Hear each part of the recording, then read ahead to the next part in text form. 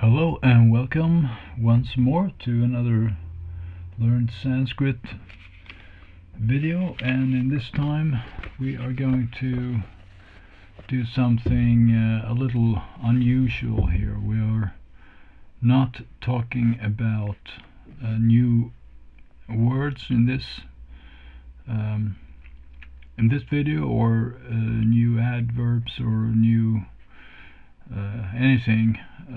We are instead going to talk about terminology, and in particular I am concerned about the terminology that I have introduced here in this course for describing the translations in the exercises.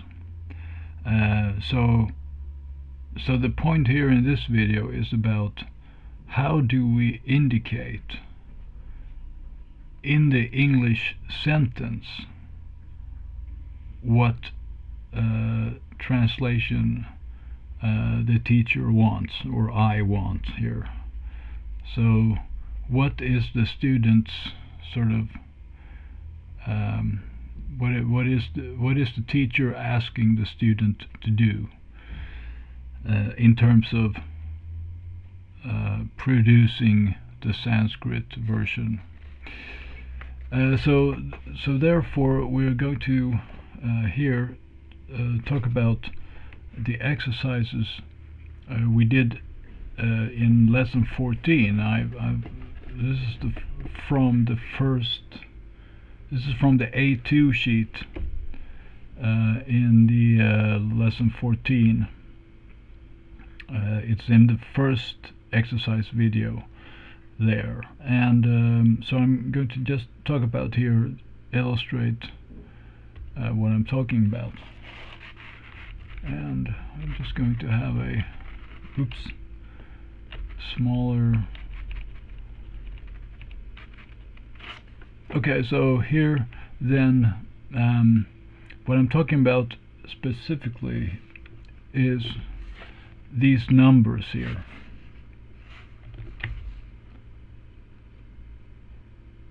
These numbers and these numbers.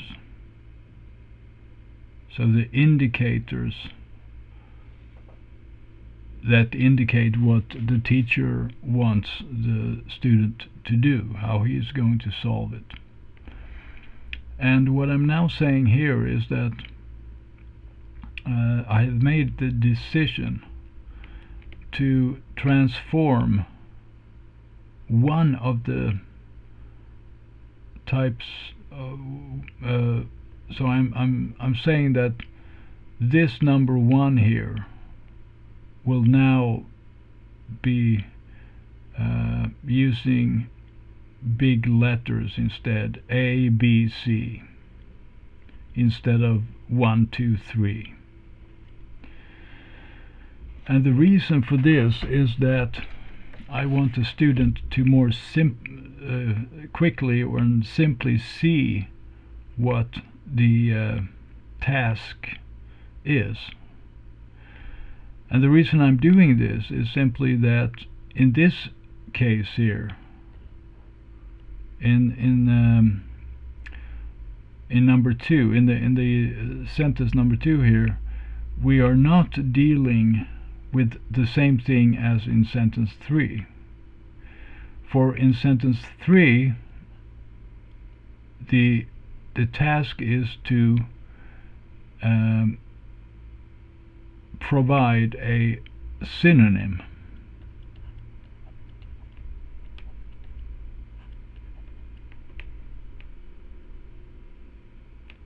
And so out of several choices, so far we only have 2 choices here. We have the first one, which was atra, and the second one which we introduced as iha.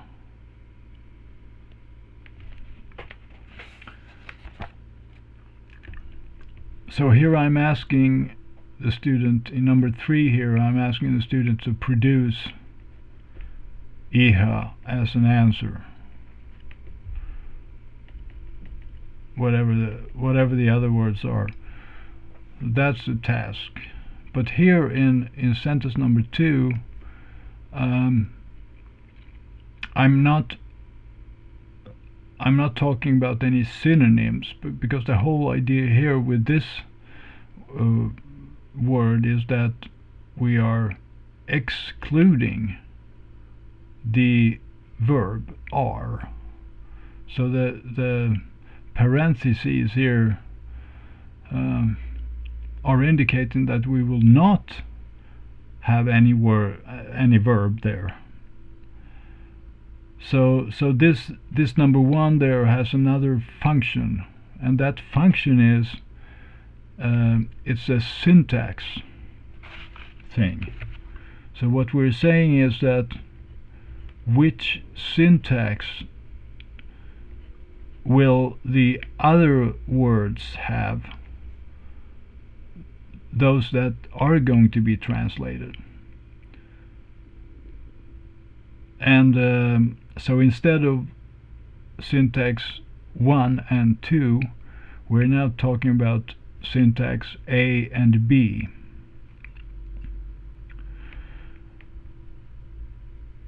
So then, if we look here in up in number 4, then if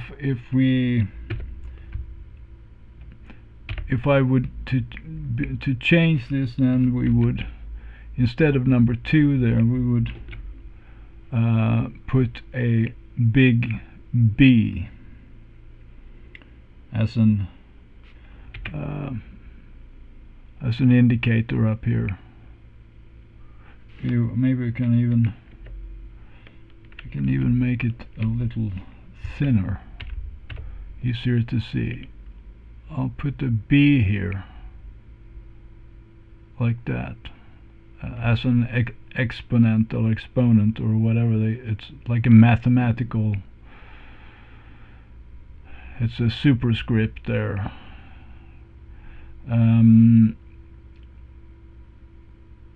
While now this one here in sentence number 5, it will be as it is, right? So we use numbers here when we indicate the word synonym, and then we use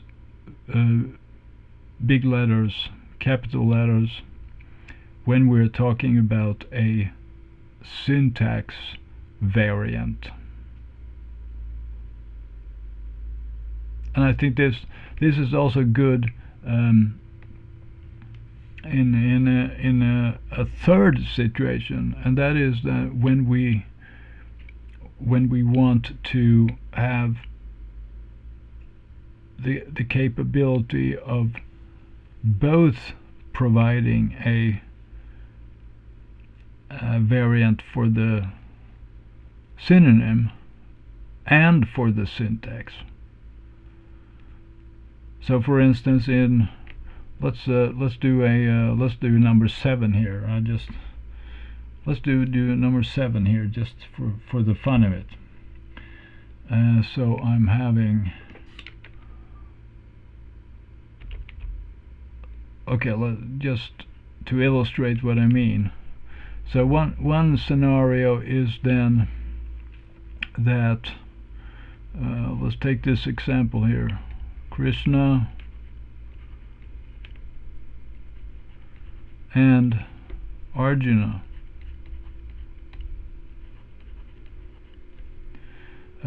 go, right? And so far we can call this a theoretical example here, just for so far we only have one variant in Sanskrit defined for the word and that is cha. But there are other possibilities also. So for instance, the word va,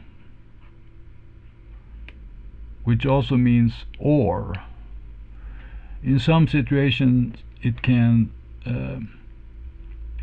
replace and.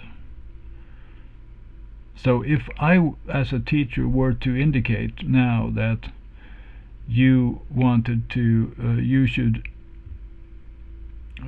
use wa instead, and we have labeled these as number 1 and number 2. These are the synonyms then. And then I can do say number 2 here instead, okay? And then you would use wa down here.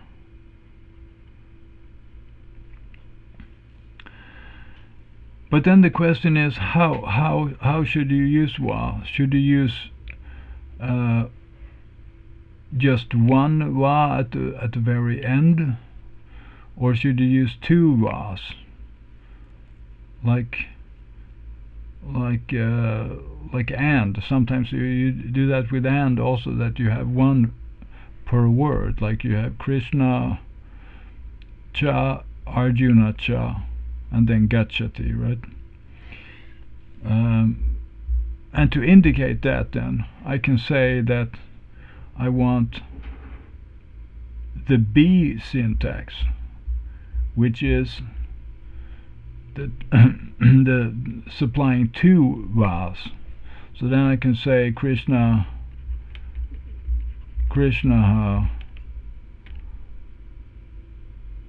va, Arjuna va, gachati, right? And if I should replace this with an A instead,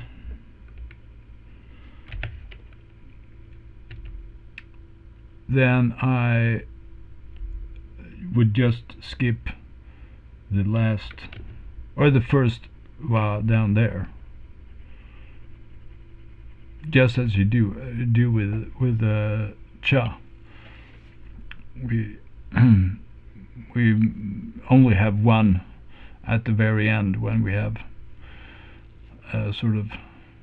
listed all the, in this case, all the nouns that are going to be conjunct.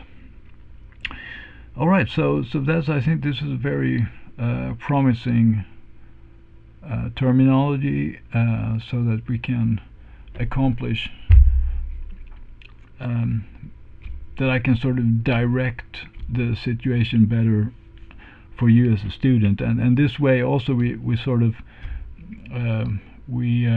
it's like geography. We're sort of by having these terms up here, we are sort of indicating that there are many possibilities, and even if you don't know which the possibilities are immediately, why does it have a number 2 there? Okay, there must be 2 possibilities of something. Oh, okay, it's synonyms he's talking about. Okay, which are the synonyms? Okay, it's cha and wa, right? Okay, good.